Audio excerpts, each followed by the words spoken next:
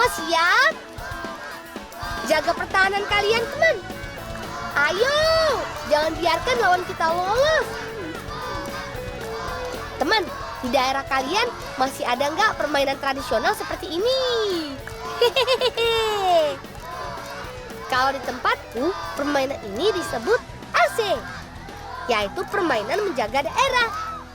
Kalau di tempat kalian, namanya apa? Cara mainnya mudah kok. Pemain yang jaga harus berusaha melindungi daerahnya tanpa dimasuki oleh lawan. Nah, aku dan teman-teman mendapat giliran untuk menjaga daerah. Ayo, semangat teman. Jangan biarkan daerah kita dilewati lawan. Waduh, ternyata mama-mama ini jago juga. Lihat gerakan mereka, gesit dan lincah ya. Jangan sampai kami kewalahan. Jangan heran, mereka tetap lincah walaupun mengenakan sarung khas Buton. Karena mama-mama di daerahku ini memang sudah sering berlatih dan bermain ase. Hehe. Oh iya teman, dalam permainan ini pemenang ditentukan setelah salah satu anggota grup bisa melewati hadangan penjaga secara bolak-balik dalam area yang telah ditentukan.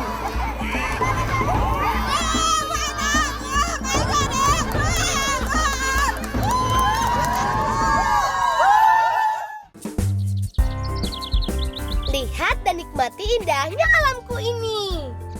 Barisan bukit-bukit kars berdiri gagah menghadang angin laut yang berembus kencang. Disinilah aku si Bolang dilahirkan dan tumbuh besar. Hidup di lahan kering seperti daerah Kars ini membuat kami masyarakat Lapan Dewa terbiasa mengkonsumsi makanan yang berbahan dasar singkong. Nah, kali ini aku dan teman-teman akan membantu Bibi membuat makanan kasangkola gadodori. Penasaran bukan? Yuk, ikut kami membuatnya. Yuk, boleh membedakan, Man. Nen.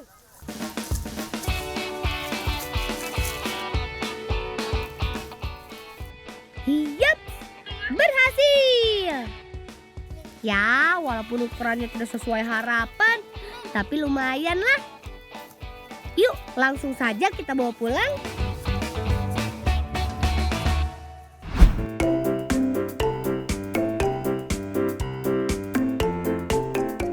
Napsana, ini temen ikan pa? Utang kain cu, dihana Baik. Kasongkala kadodori tergolong makanan yang sederhana. Tapi membuatnya membutuhkan proses yang panjang loh teman. Pertama, singkong harus dibersihkan dahulu dari kulit luarnya. Jika singkong sudah bersih dari kulit luarnya, selanjutnya kita jemur teman. Saat matahari terik, cukup menjemurnya selama sehari saja. Atur yang rapi ya teman, dan ambil yang sudah kering. Nah, ini nih yang unik dalam membuat kasongkala kadodori. Singkong harus melewati proses fermentasi dengan cara dipendam ke dalam tanah. Terlebih dahulu kita lapisi dengan daun pisang agar singkong tidak kotor terkena tanah. Masukkan singkong dan susun yang rapi. Proses penimbunan ini membutuhkan waktu kurang lebih selama 3 hari teman. Sip, ayo kita tutup. Lang, simu ko juga sulalo ko i Papua. Cia, i Papua pakai api ini Cia. Oh.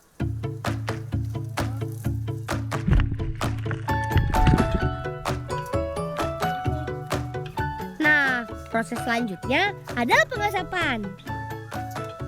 Seperti inilah bentuk singkong setelah mengalami penimbunan selama 3 hari. Pengasapan bertujuan agar singkong dapat bertahan lama dan bisa dijadikan makanan cadangan selama musim kemarau tiba. Susun yang rapi ya, agar singkong terkena asap yang merata. Sip, selesai. Dan tahap terakhir adalah memasaknya. Singkong yang sudah melewati proses pengasapan selanjutnya akan dikerik tipis-tipis. Perhatikan secara seksama ya. Setelah melewati proses yang panjang, singkong jadi berubah mirip dengan kayu ya. Ternyata Indra sedang asik memarut kelapa. Lah, kalian kan salah ka? Oh, Api dong pitambahan siapa? lela. Oh, mbe. Tuang sedikit air ke dalam tumpukan irisan singkong. Nantinya air akan melunakkan singkong yang tadinya keras seperti kayu. Kemudian remas dan campur sampai merata. Siap deh untuk dikukus. Proses pengukusan membutuhkan waktu selama 15 menit. Cepat bukan? Oh iya, kata Bibi, mengukus dengan belanga tanah liat dapat membuat makanan jadi lebih enak. Benar nggak ya? Coba nanti kita buktikan.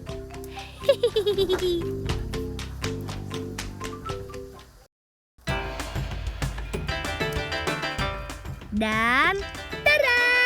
Jadi deh, ini dia Kasong Kalaka Dodori, makanan khas dari 8 dewa. Oke, saatnya makan.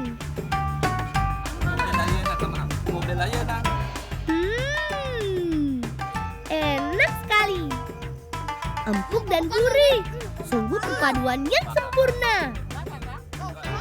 Tak sia-sia proses yang panjang menghasilkan makanan seenak ini. Ayo, kita habiskan teman.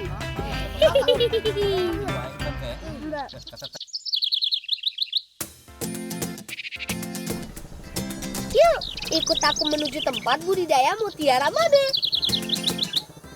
Laut ibarat urap nadi perekonomian Pulau Buton, Sulawesi Tenggara, teman. Satu dari sekian banyak berkah laut yang menopang kehidupan warga adalah mutiara. Mutiara yang dibudidayakan di sini adalah berjenis mutiara Mabe, yaitu mutiara yang tumbuh dengan memanfaatkan kerang jenis Pteria penguin sebagai indungnya.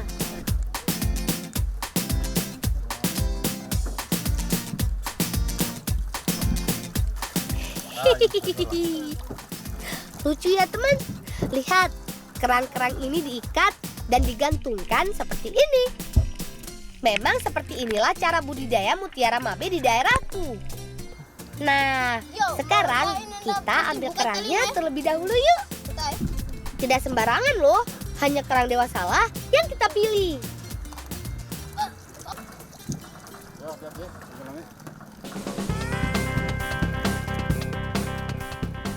Saatnya menempelkan inti mutiara. Proses ini harus dilakukan secara hati-hati. Tenang, ada paman. Pamanku ini memang ahlinya. Perhatikan ya caranya. Membuka cangkang kerang tidak boleh sembarangan. Karena kalau terlalu lebar, kerang bisa mati, teman. Inti mutiara yang terbuat dari bahan fiber diletakkan di antara daging dan cangkang kerang.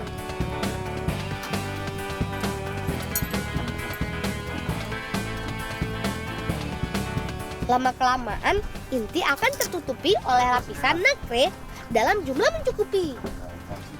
Ya, seperti lendir yang lama-kelamaan menjadi mengeras.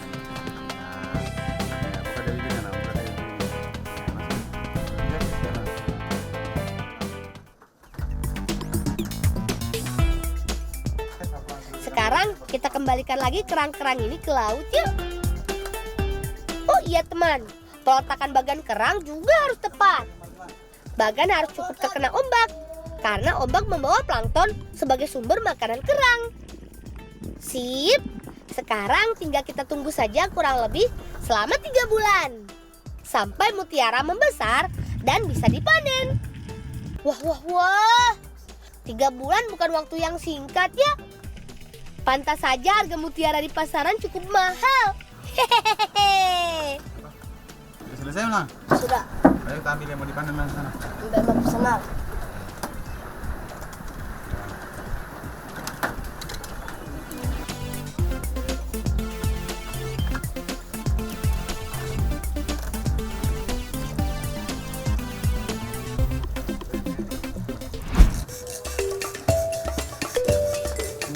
Nah, Setelah 3 bulan menunggu, kini saatnya kita keluarkan mutiaranya. Karena cangkang kerang sangat keras, kita harus menggunakan gergaji agar mudah memotongnya. Coba kalian amati baik-baik teman. Mutiara mabe ini tidak berbentuk bulat penuh, melainkan setengahnya saja. Bentuk ini tergantung dari bahan isian awal atau inti mutiara yang ditanamkan ke dalam kerang dan mengikuti bentuk cangkangnya.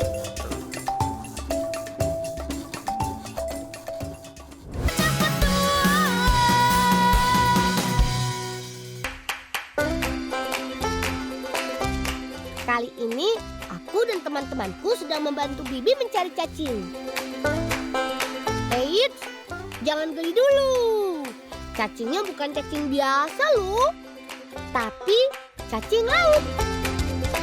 Saat air surut seperti ini nih, waktu yang tepat mencari cacing laut. Seperti ini nih cacing lautnya. Tapi ada juga loh yang menyebutnya dengan cacing kacang. Sebenarnya cacing laut ini sejenis teripang laut teman. Dalam bahasa Tolaki, kami biasa menyebutnya sipou. Mereka biasa hidup dan tinggal di dasar laut. Saat air surut seperti ini, warga di pesisir pantai desa kami biasa mencari sipou. Monggo, Asra, sini Mi. Ya. Ayo teman-teman, kita kumpulkan sipounya. Sebelum dibawa pulang, kami harus memilih-milih dulu nih sipounya. Kalau sipounya masih kecil, nggak akan kami bawa pulang.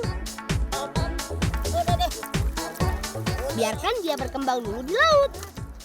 Hanya sipou yang berukuran besar saja yang akan kami bawa pulang. Kata Bibi, dengan memilih seperti ini, kita bisa tetap menjaga ketersediaan sipou di alam. Hasil pencarian sipou hari ini lumayan banyak nih. Yuk teman, kita pulang. Sebentar lagi air laut pasang. Sebelum dimanfaatkan ataupun dijual, sipou harus dibersihkan dulu. Caranya seperti ini nih. Teman, kalian tahu nggak? Kalau harga sipou ini lumayan mahal loh.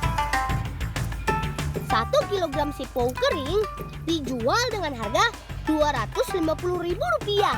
Tapi untuk mendapatkan sipou kering, jumlahnya setara dengan 21 kilogram sipou basah. Wah, banyak sekali penyusutannya ya. Nah, sipou yang sudah bersih tinggal dijamur deh. Karena perut sudah keroncongan, Paman memberi kami beberapa sipou segar buat dimasak. Ayo, siapa yang mau coba sipou? Memasak sipou nggak susah kok. Bumbu campurannya juga sederhana. Semuanya pasti ada di dapur rumah kalian. Sebelum dimasak, sipou dipotong kecil-kecil dulu ya. Semua bahan sudah siap. Saatnya masak. Tumis bawang hingga wangi. Lalu masukkan deh irisan sipou. Aduk-aduk biar nggak gosong. Jangan lupa tambahkan gula, garam, dan kecap. Aduk-aduk lagi biar bumbunya merata ya. Wah, aroma sipou tumis wangi bener. Tada! Sipou tumisnya sudah jadi. Saatnya makan. Makan sipou tumis paling pas ditemani dengan nasi putih hangat. Selain rasanya yang enak, kandungan gizi dan nutrisinya juga baik untuk tubuh. Gak heran orang luar negeri rela membeli sipou kering dengan harga tinggi.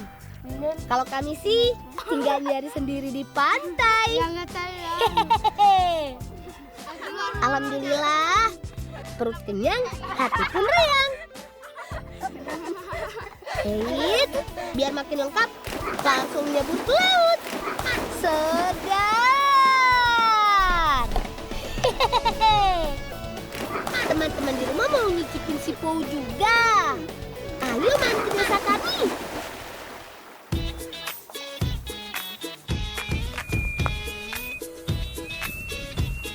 Kamu, Abang Remi nih. Umbe, ha.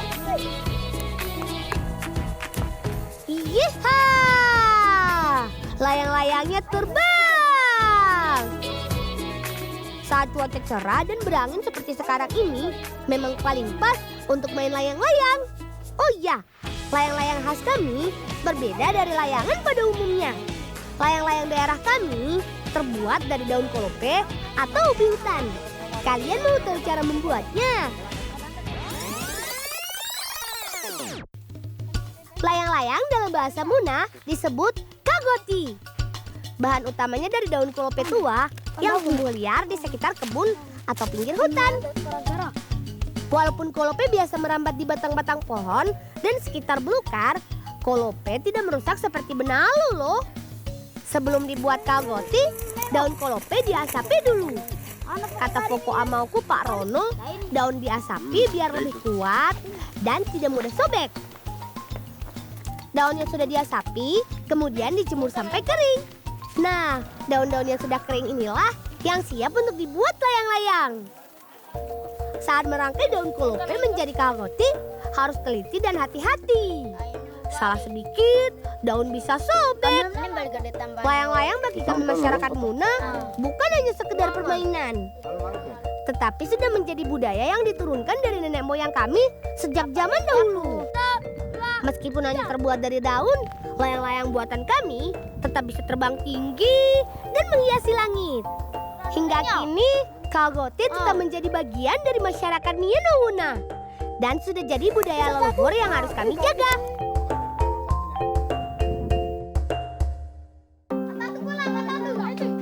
Teman, salah satu hasil alam Pulau Muna adalah kacang mete. Di desaku, pohon mete tumbuh dengan subur. Menjelang musim penghujan, biasanya waktunya panen mete. Lang itu, beta suanam. Ayo teman-teman, kalian kumpulin ya mete-mete yang sudah jatuh. Wah, metenya sudah cukup banyak nih. Yuk, ikut kami bakar biji mete.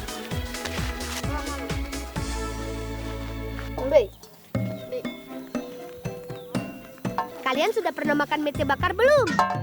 Biji mete yang sudah dipisahkan dari buahnya tinggal dibakar. Bisa dimakan teh? Bisa.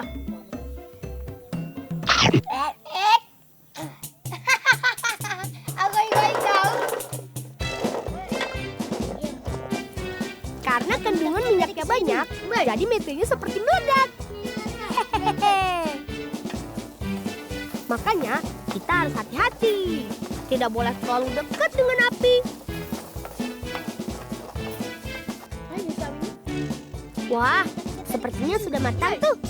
Ayo, diangkat kacang metenya.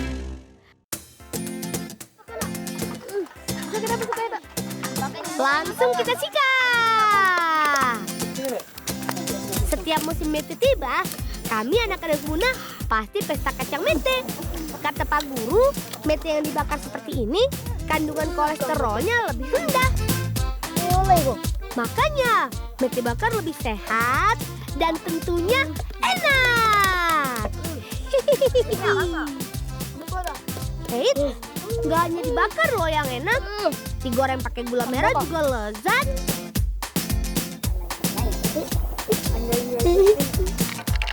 Sebelum digoreng, mete direndam di air garam. Kata Foko Inauku, perendaman ini agar menguraikan getah mete yang masih menempel. Menggoreng mete yang baik harus dengan minyak goreng yang sudah benar-benar panas.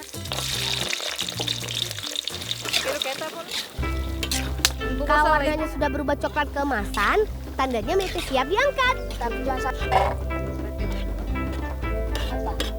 Terus lanjut lagi deh. Kita cairkan golang, kadea, atau gula merah. Aduk-aduk sampai semua gula merah mencair. Nah, sekarang masukkan kacang mete yang sudah digoreng tadi. Aduk-aduk lagi agar semua mete tercampur rata dengan cairan gula merah.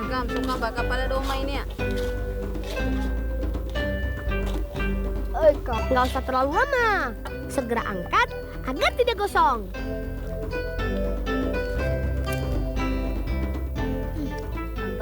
Ombak apa dah? Pemain ombak kagak pakai gula ini kan ombak apa pakai gula?